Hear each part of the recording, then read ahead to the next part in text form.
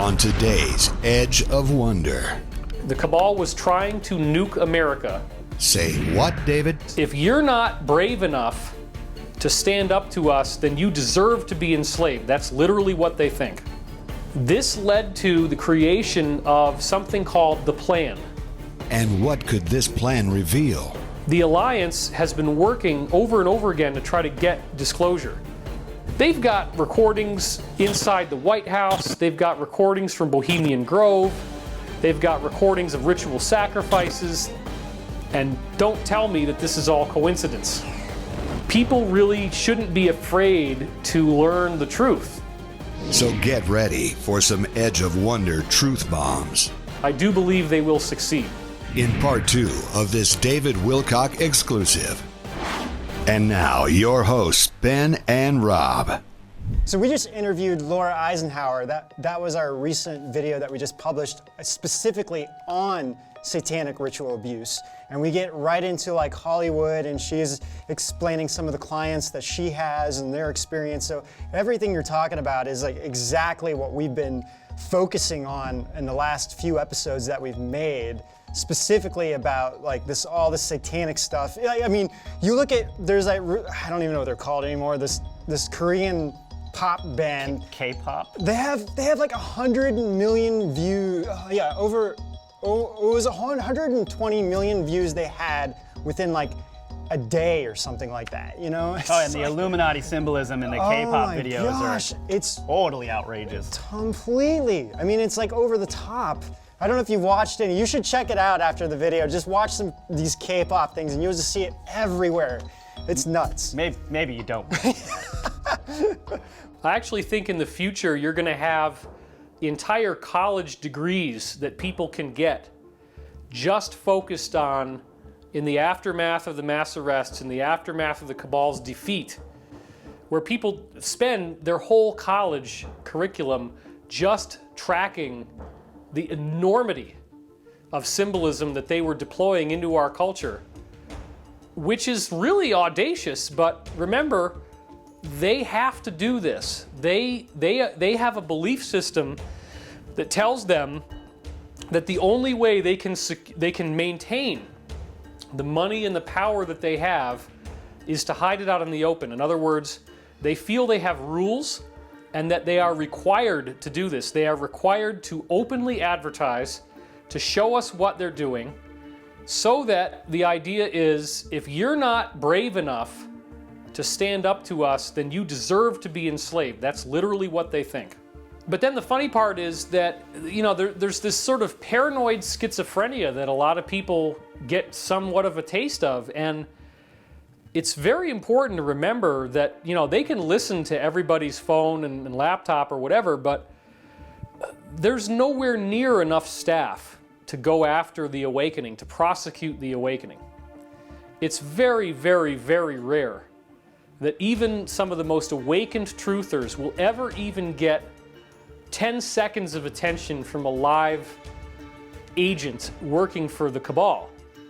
And they have really done an amazing, amazing con job of making people think that they have so many personnel, that they have so many boots on the ground.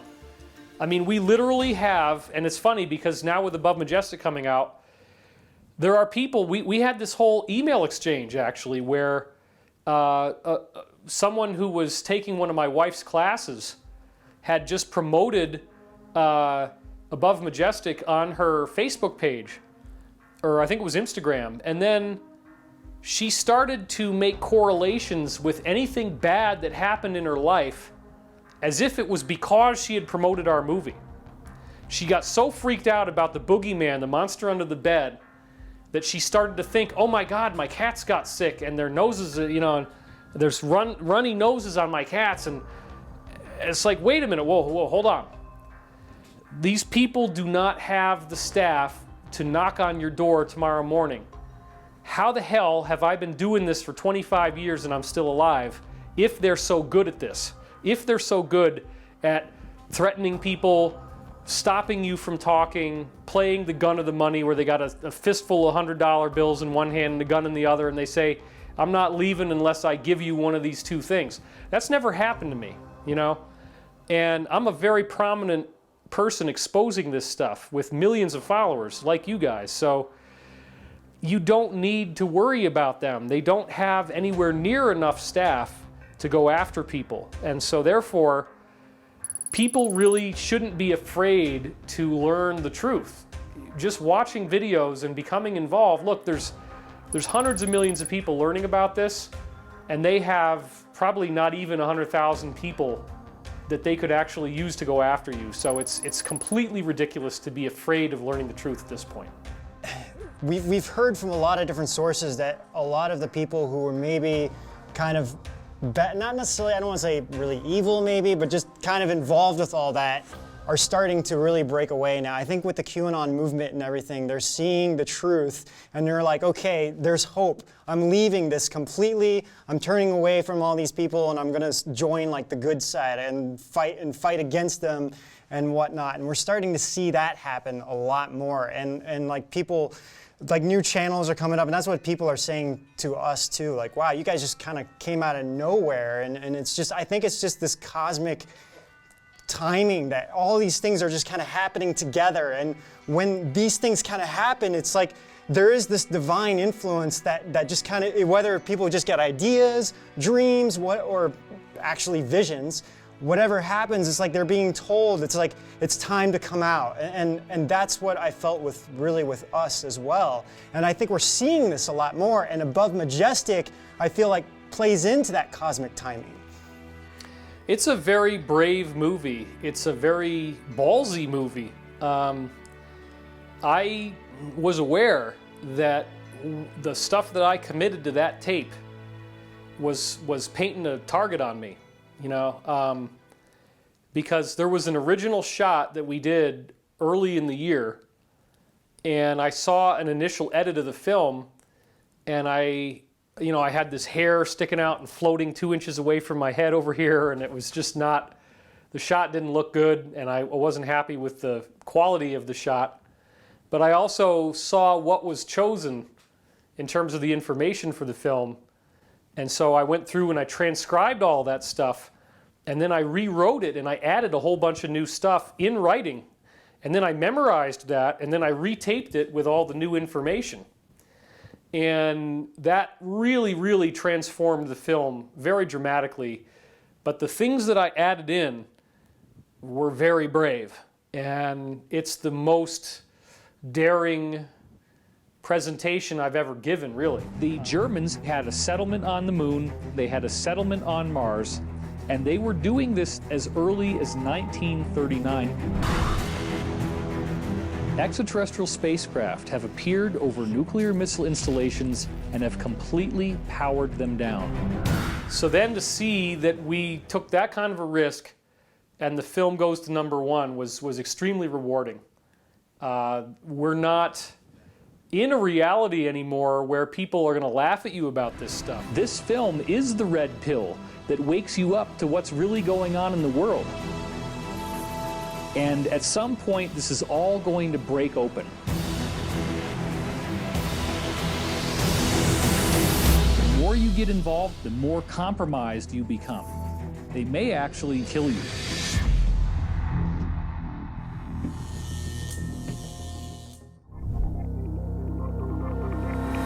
Okay, so David, Ben and I saw you at Contact in the Desert, and we watched your entire presentation that covered the cabal and 9/11.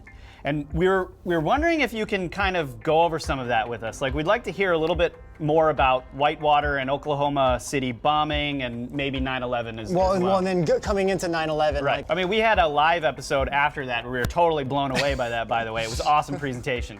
Thank you. Well, thank you. Yeah, obviously that's a huge subject because really what I was doing was sort of tracing the history of the Alliance and informing the audience that this is not anything new. There has been an organized effort to go after this cabal for many, many years. And there were a couple different ways that it happened. One of the ways was Howard Hughes, the aircraft tycoon. Because Hughes had Hughes Aircraft Company, which was one of the big military defense contractors, And he became aware that the other contractors were getting these sweetheart deals, that he was never even given an opportunity to outbid them, and became aware that they were working on really weird exotic technology that Hughes wasn't being given access to, okay? So Howard Hughes hired female sex workers, but specially trained as agents. Like, they do assassinations and they get information, and they use sex to do that. So a typical example, I mean, thank God nobody's done this to me, because it's, you know, you might think as a guy that you'd want to be seduced, but not one of these. But let's just say that you're targeted, you're part of the cabal in this case, because that's what Howard Hughes did. He used these women to target people in the cabal. So here's what would happen. You happen to be somewhere, you know, this woman comes up to you, she's really extremely unusually good looking. And they'll pick, only women that have that level of attractiveness will be picked for this kind of a job. She will come on to you really strongly and tell you, you know, make it very clear that she is interested in having sex with you right away. If you're dumb enough to fall for this, which a lot of people are, you know, because these women are really good at it, if they're trained, they really know what they're doing. So you end up in bed with them, and they will actually carry through with the whole thing. And a lot of times what they'll use is a drug. And so you will be drugged at some point, and then after the whole act has been finished, they'll open up to you as if they're now like gonna be your girlfriend or your wife in the future or whatever. And you're softened up by the drugs and the fact that you had sexual intercourse. And so these women would get these guys to tell them really amazing secrets. And so this is where Howard Hughes deployed multiple women, you know, who now we would think of them as like CIA agents or something like that. They didn't have that back then. Maybe they had the OSS, but, you know, there still was training of this sort going on for women and men. So what they found, what Howard Hughes discovered from these women was that there were people in a satanic cult running these defense contractor companies. The cult believed in Lucifer being the good guy and not Satan. They don't believe in Satan. They think Satan's a myth. But then they think that the God of the Western traditions, the Abrahamic religions, which is Christianity, Judaism, and Islam, they think that God is actually an evil imposter. And there's different words for it. They'll call it the egregore, or they'll call it the demiurge, which means half God. And egregore is the word root of egregious, which means really disgusting. So they think that the God that most of us believe is true is really disgusting, and that it's not a real God, that it's this trap. So these sex courier women basically are learning all this stuff, that these people believed that they were the descendants of beings that crash landed on this planet from our solar system, from an ancient civilization, which is Mars in part, and also the destroyed planet, which became the asteroid belt. And that's the whole thing we talk about in Above Majestic. These people have elongated skulls in their pure form. And so they believe that the elongated skull phenology is the phenology of Lucifer as a race. They literally believe Lucifer is a flesh and blood human who crash landed on Earth with his cohorts, populated the planet, and they are all blood descendants of Lucifer. So we talk about this quite a bit in Above Majestic. It's very daring stuff. I'm not going to get into all of it right now, but you can watch the movie and learn all this. So the point is, all this information got back to Howard Hughes, and he's seeing, well, these people actually think of themselves as an invading race, a different race of people, different types of humans. And they have taken over the press, they've taken over the media with television, film, music, they've taken over the judiciary, a lot of the police in the managerial levels, the military, educational system, big agriculture, big pharma. It's almost crazy to conceive of how vast this control matrix is. Now, Howard Hughes passed this information along to certain American generals who were not part of the cabal, who he felt he could trust.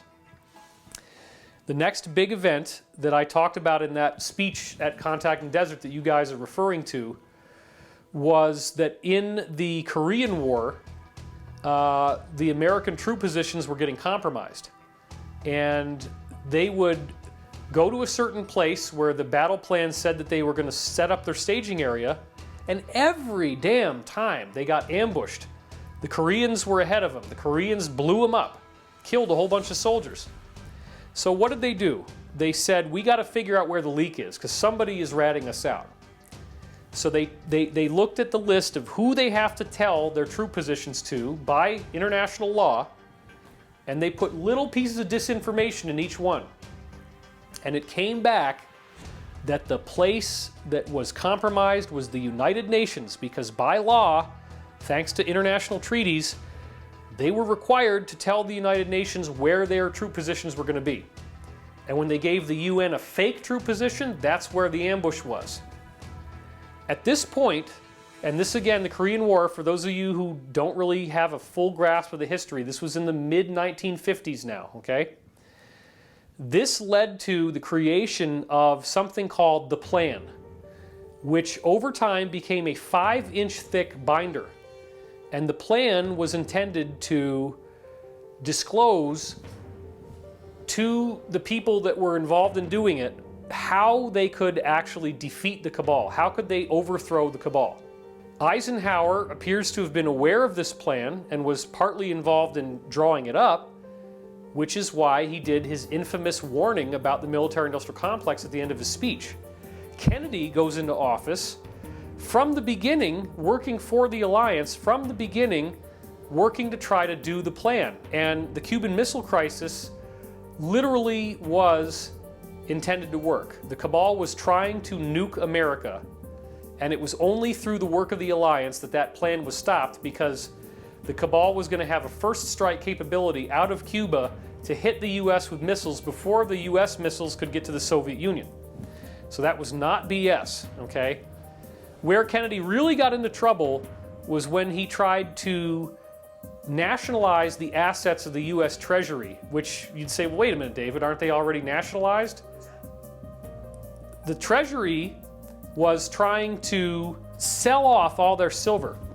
And what Kennedy did is to stop the sale of silver and to issue silver-backed money that was presidentially issued from the Treasury, not the Federal Reserve, which, as we know, is not a federal and has no reserve, right?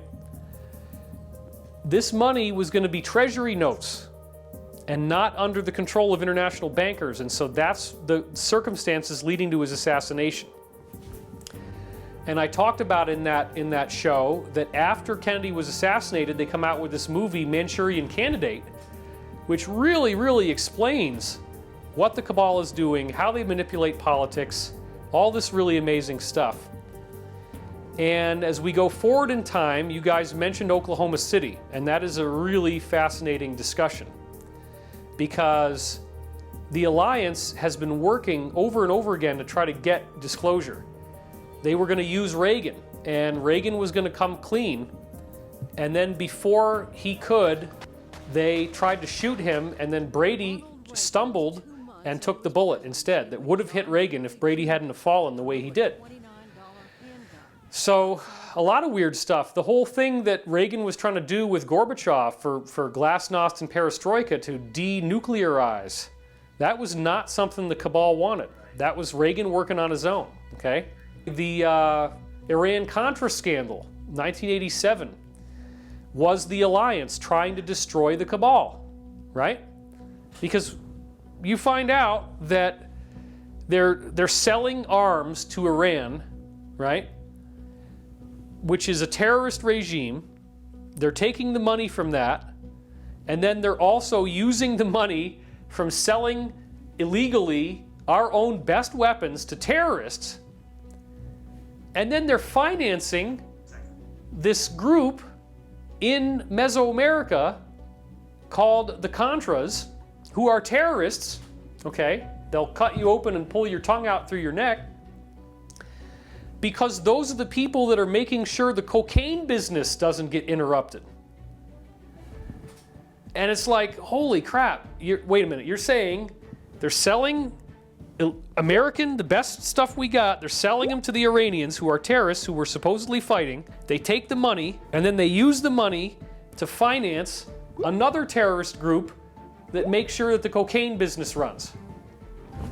Oh, wow, right? Like, and then the chain of this conspiracy went right up through the Secretary of Defense, right to the President, and then he goes, oh, well, I fell asleep in that meeting, I forgot. You know, I don't remember anything. I have no memory, you know? And then how in the world did George H.W. Bush Sr. win the election the year after, when the whole administration has been implicated in arming terrorists and financing the cocaine business? Literally, right?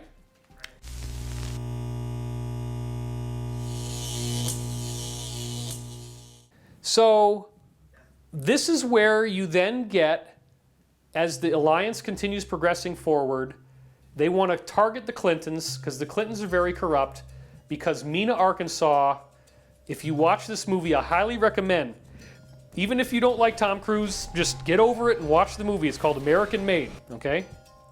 I happen to love Tom Cruise as an actor. It's an amazing movie. So watch American Made, and it tells you the story of how this weird backwater town in Arkansas gets turned into the cocaine distribution hub for all of America. It's the main place. They get all these banks, all this money flows through. They build an entire airport just for these cocaine planes to come in, and that's where all the cocaine for America is coming through. I mean, they had other ways of getting it in, but that was essentially the central distribution point. So, what state was Bill Clinton the governor of? Oh, that's right, Arkansas. Yeah. I wasn't gonna bring it up, but you did. So, isn't it funny that Iran-Contra exposes this cocaine trade? It's running through Arkansas. Then they have Clinton investigated by Kenneth Starr in the Whitewater investigation, right? And the real meat of the Whitewater investigation was all of this stuff with Mena, Arkansas, and the cocaine business, okay? So now try to wrap your head around this one. The Whitewater investigation was closing in on this. They were getting ready to blow the lid off of the thing. They had a whole group of flag officers, high-level military generals, who were on a plane that included a POW who had been written off for dead by the United States in Vietnam, but they actually knew the whole time that he was still alive. And just like in the movie First Blood, you know, Rambo Part 1, right, with Sylvester Stallone, they abandoned these POWs. This guy was like the real Rambo in the plane, okay? And that plane gets downed, and it's very suspicious. You got like 22 military officials or something. I forget how many, but it was a lot. In the plane goes down in flames. Everybody's all weirded out about this, but there's hardly any coverage of it in the news. And then just 3 or 4 days later, you have the Oklahoma City bombing, which again is very, very strange, because this little van with fertilizer in it should not have been enough explosive power at all to blow off the entire front face of this federal Alfred P. Murrah building, okay? But the part that you don't know, unless you watched my talk, or if you're very educated, because this took me a lot of years to put this together and a lot of insiders, the part you don't know, and I learned this from Pete Peterson, very secret, was that all of the damning documents for the Whitewater investigation against the Clintons were being stored in the Alfred P. Murrah Federal Building. So they literally torched the plane that had the people that were going to indict Clinton, and then they blew up the building that had the documents that they were going to use to indict Clinton just a couple of days later. And don't tell me that this is all coincidence. So they know this. The alliance knows this. And then they did the same thing in 9/11, right? It's the same idea. It's a controlled demolition, whereas in Oklahoma City, the explosives failed and they didn't get the whole building. They only got the front, okay? 9/11, they practiced. They got it right. They took the whole buildings down into their footprint, including Building 9. We talk about this very nicely in Above Majestic. And they also hit the Pentagon. And what people don't realize is that it hit the lower level of the Pentagon, the bottom floor, and it wasn't a plane, it was a missile. They fired that missile right into the office of the Navy that was the central coordinating hub for the alliance bringing the cabal down. So all the documents got wiped out. They had a lot of stuff in the World Trade Center building for the alliance's investigations that got wiped out. Nobody really saw this coming. It was a total surprise attack.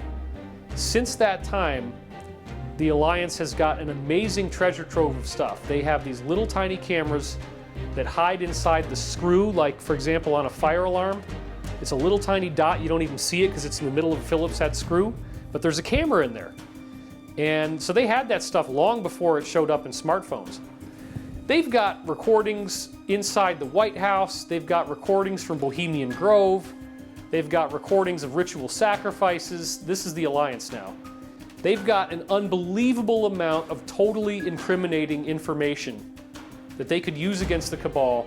This is why the cabal has come out with this Adobe technology where you can fake somebody's voice and fake them talking, and so you can't really tell if something is real or not anymore, you know?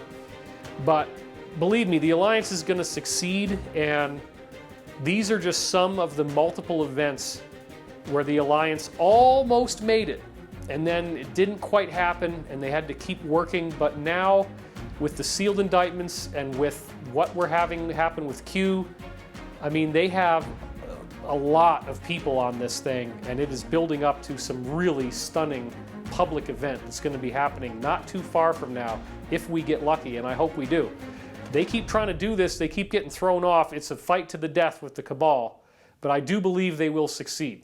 So wait, first of all, Yeah. did you all at home hear that? There's a lot of hope, right? Because I think a lot of people with the cabal always feel like everything's hopeless, and you know, a lot of people, we're all so focused on the deep state and on exposing the deep state that we forget to tell the side of the alliance, which is why I think it's so important what you're saying right now. And then Going back to the Pentagon, you said that, most of us were convinced that a missile hit the Pentagon, but recently when QAnon did the Q&A, he said a plane, which shocked the entire community of these people. He actually said a plane hit he's like, it was something about a plane did hit the Pentagon. 9/11 is way, way, way more complicated than even most of the expert 9/11 truthers truly understand from all the research I've done. Because remember, I was, to use the colloquial term, I was woke about the cabal before 9/11.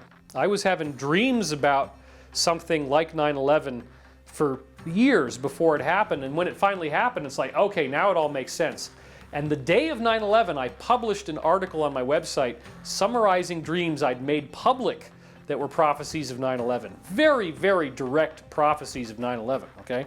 So with all that being said, the backstory is really strange, and it's a lot more complex than people realize, and it gets back into things like the Operation Northwoods document from the Kennedy administration, in which they were told in this document, the Joint Chiefs were presenting this to Kennedy as a plan, that they could hijack airliners, crash them into American landmarks, blame it on the Cubans as a pretext to invade Cuba over this nuclear buildup that was going on there. And Kennedy rejected the plan. So, bearing that in mind, that we already know it was on the books that they would try to do something like this as a staged terror, false flag, quote-unquote event. We explain what that means in Above Majestic. There's a lot more about all this kind of stuff in the movie. I highly recommend it. But getting back to this 9/11 thing, the actual intel appears to be, this is very strange, but check it out, okay? The original passenger airliners, this is what my research has concluded, and other people might want to argue with me on this, and that's fine. Like it says in the Northwoods document, the original airliners were replaced with other planes that looked the same but did not have passengers. So what happens is the planes take off, they land at certain airfields, but when they took off, before they landed, a gas was released inside the plane that knocked everybody out. Didn't kill them, knocked them out. The people did not die in 9/11 in the planes, okay? They landed and then they were resuscitated, and then at that point you get brought into these underground bases and you spend the rest of your life working. You're never going to see above ground again. That's where most likely these people from 9/11 went. They went into these underground cities. And then they take off other planes that then complete the mission, and those planes even more than the original ones, but all the planes actually could be flied remotely from the ground taking off to the landing, that the whole thing can be steered remotely. And my insider, Henry Deacon, one of his amazing pieces of testimony is that he was in the UK military base where they were actually steering the planes into the World Trade Center, and he watched them with the heads-up display, seeing what was on the plane with the joystick, okay, steering it into the World Trade Center. And he said his greatest regret was that he didn't go and destroy the computer system and throw off the whole thing. He watched it happen. That's a pretty heavy story. That's a very heavy story. Yeah, tell me about it. Now, so regarding the Pentagon, I could buy that there was a drone, a small plane, that hit the Pentagon, that the wings folded and it went in through that little hole. But it definitely would not have been a full-size airliner. And it would have had to have been very precisely steered, because the regular airliner couldn't even get that close to the ground without screwing up its flight pattern. So it would have to have been a smaller plane. But I could see some kind of drone aircraft, some kind of plane, and not just a missile. Well, also going back to the 9/11 and the Pentagon, I also heard that because right before that, right, they found that trillions of dollars were missing from the government, and they're like, what happened to these trillions of dollars? I heard that where they were investigating and doing all like the people who were doing the actual investigation, where the Pentagon actually got hit. Yeah, so it was naval intelligence. The part of the Pentagon that got hit was the Naval Intelligence Command, and you know, not to be favoritist towards one part of the military, but from all the briefings I've gotten, it seems like the Navy is pretty much your best buddy when it comes to the alliance. That's really where a lot of this has come out of. And remember also that the Marines technically are not a separate division of the military. They're sort of a subdivision of the Navy, okay? The history of that is that in World War II, the Navy was on aircraft carriers, and it was self-contained, patriotic Americans working within the US, whereas the Air Force was actually dealing with the British against Hitler, and the Air Force apparently got more of this cabal involvement. So there's been this kind of shadow war going on between the Air Force and the Navy for decades. So it's complicated because the alliance really is a Navy operation, and it has been, because they didn't get penetrated by the cabal in World War II anywhere near as much. So anyway, I wanted to toss that in, but go ahead. We have some people that we've been talking to too, and they've said the exact same thing about the Navy. They're like, you can basically trust the Navy, like the Navy is on your side. We've had questions about different aspects of the Air Force. We're still not, you know. Well, and if we have anyone here in service watching us on the Air Force, yes, you probably don't know about any of this, and that's good. But this stuff we're is talking going about on the behind the scenes. high levels. And we still thank you for your service. Yes, that's a really good point. I want to say this myself because that's a very important point, okay? Like I found out recently, I actually ended up talking to a very high-level military insider who was a 33rd degree Mason. And this was under friendly terms. He was not trying to do anything dark. He actually worked for the Alliance, knew about the Alliance. And I'm pretty good at this now, so I don't get miffed by something. So the guy's telling me, I'm like, yeah, you know, that ring on your finger, that's the Maltese cross, right? Are you a Knight of Malta? He said, yeah. Wow, that's pretty interesting. And, you know, are you all, I thought you guys were kind of at war with the Knight Templars. Well, it turns out he was in the Templars too. Like, well, these are kind of like opposing societies. He's like, well, I like to be in both, you know, so, and you're a 33rd degree Mason, huh? That's interesting. And I eventually kind of came out with it, and I said, dude, you know, the research I've done, like, for example, there was a book called Light on Masonry by David Bernard that came out in the 1800s, and it was the result of inquiries into the cabal, or the Masonic order in this case.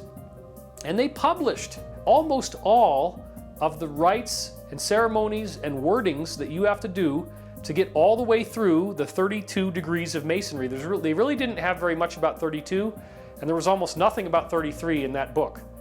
But Bernard's Light on Masonry gets you everything up through 32. You can read exactly what they were learning. And I said to him stuff like, well, okay, from what I read of the way these things were published back then, like, for example, 31st degree, by that point, you are saying out loud that you have to crush the head of the serpent of religion. Did they ever make you say that? He said no. He said, look, David, I consider myself to be a Christian. I made it all the way up through 33rd degree. They never said anything to me that made me feel like there was anything about Lucifer or weird stuff or negative stuff at all.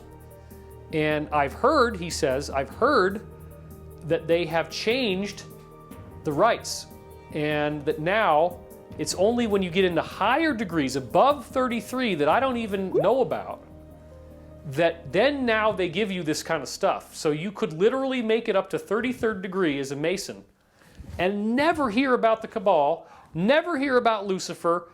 And I go, oh my God, I get it. Because now what are they going to do? They're going to let Masons take the fall. Guys that go all the way up to 33, they might not know anything about this stuff, because now they're just handing it out. And the other thing he told me that I found really fascinating, and again, I'm giving you guys another world exclusive here, so just, this is good for everybody.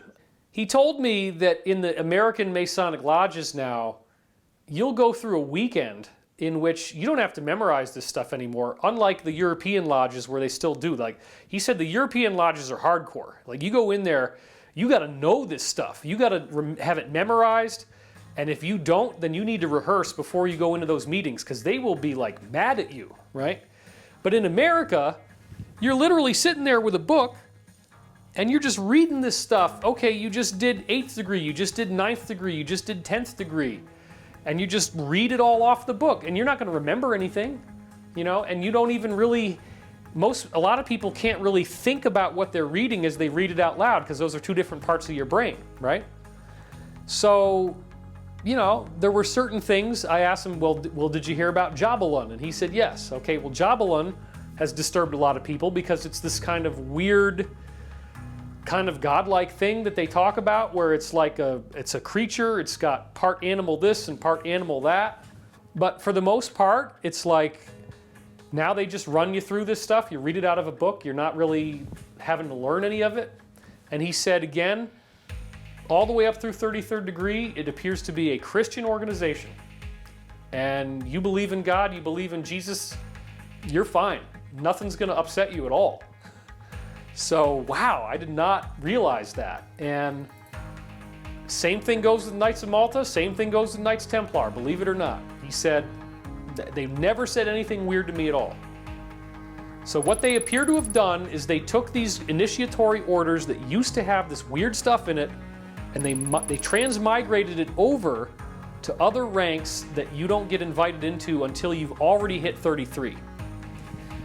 So that's pretty fascinating. I'm sorry, I got way off on a tangent. I don't even remember what you guys asked me, but that came up. This is the place for tangents, David. That is true.